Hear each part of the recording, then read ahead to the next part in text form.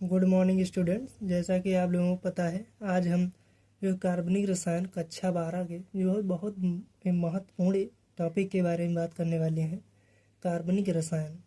कार्बनिक रसायन का थोड़ा हम ओवरव्यू देंगे आज। जैसे इसमें कुछ मुख्य चैप्टर हैं, जैसे एल्कोहल हो गए, ईथर हो गए, एल्डिहाइड हो गए, कीटोन हो गए, कार्बोक्सिलिक अम्ल और एस्टर हो गए। इनको हम थोड़ा पहचानना सीखेंगे और इसके बारे में थोड़ा ओवरव्यू सीखेंगे। इसके बाद में इसके पाठ का आगे डिटेल भी जानेंगे। थोड़ा इनका यूपीएससी नाम और साधारण नाम जिनके संभव हैं उनके बारे में बात करते हैं। जैसे पहला है हमारा एल्कोहल। एल्कोहल ROH सूत्र के यौगिक एल्कोहल कहलाते हैं।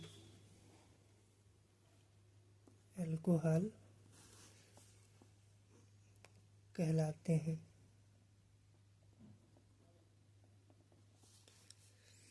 आर क्या है, यहाँ पर आर के बारे में डिटेल में करना जो है चर्चा कर लें। आर के बारे में तो जो है एल्केन, ये होता है एल्केन CnH2n+2। सूत्र के यौगिक एल्केन कहलाते हैं। एल्केन कहलाते हैं। और जब एल्केन में से CnH2n+2 में से एक हाइड्रोजन विस्थापित हो जाते हैं तो यहाँ पर एल्किल का निर्माण होता है। CnH2n+1 इसको एल्किल कहते हैं। एल्किल। तो ये जो आर है, आर के बराबर हम ये लिख सकते हैं CnH2n+1 इसको एल्किल पढ़ते हैं।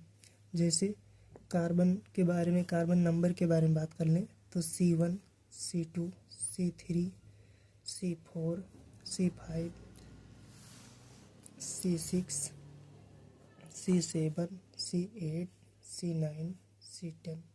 बेसिकली C5 या C9 तक ही जो है थोड़े बहुत यूज होते हैं। जैसे पहली कहानी मैथ से शुरू होती है। मैथ, C1 को मैथ, C2 को एथ, 2 कार्बन है तो एथ, 3 कार्बन है तो प्रोप, 4 कार्बन है तो ब्यूट, 5 कार्बन है तो पेंट। इसका नामकरण इस तरह से होता है।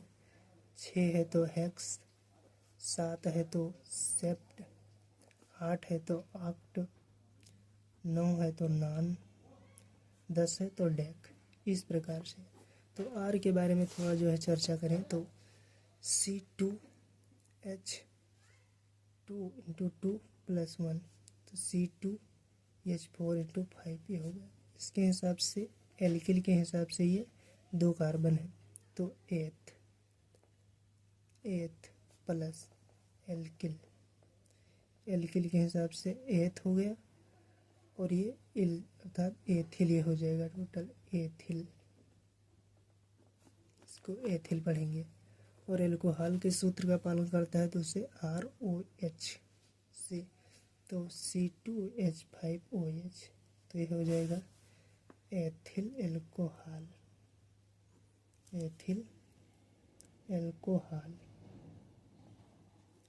OH एक क्रियात्मक समूह है। इससे आल की जो है पुनरावृत्ति होती है। आल, ये एथिल एल्कोहल हो गया।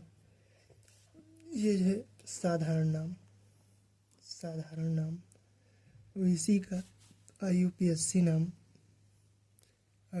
नाम इसका होता है एथेनॉल। एल्केनॉल साधारण सूत्र एल्केनॉल के हिसाब से ये हो जाएगा एथिल एल्कोहल तो ये हो जाएगा एथे प्लस नॉल तो ये हो जाएगा एथेनॉल। इसी के हिसाब से अगर हम 3 कार्बन ले लेते हैं, 3 कार्बन तो C3H2 3+1 तो ये हो जाएगा C3H7 तो हो जाएगा प्रोपिल। प्रोपिल साधारण नाम। और IUPAC नाम हो जाएगा प्रोपेनॉल।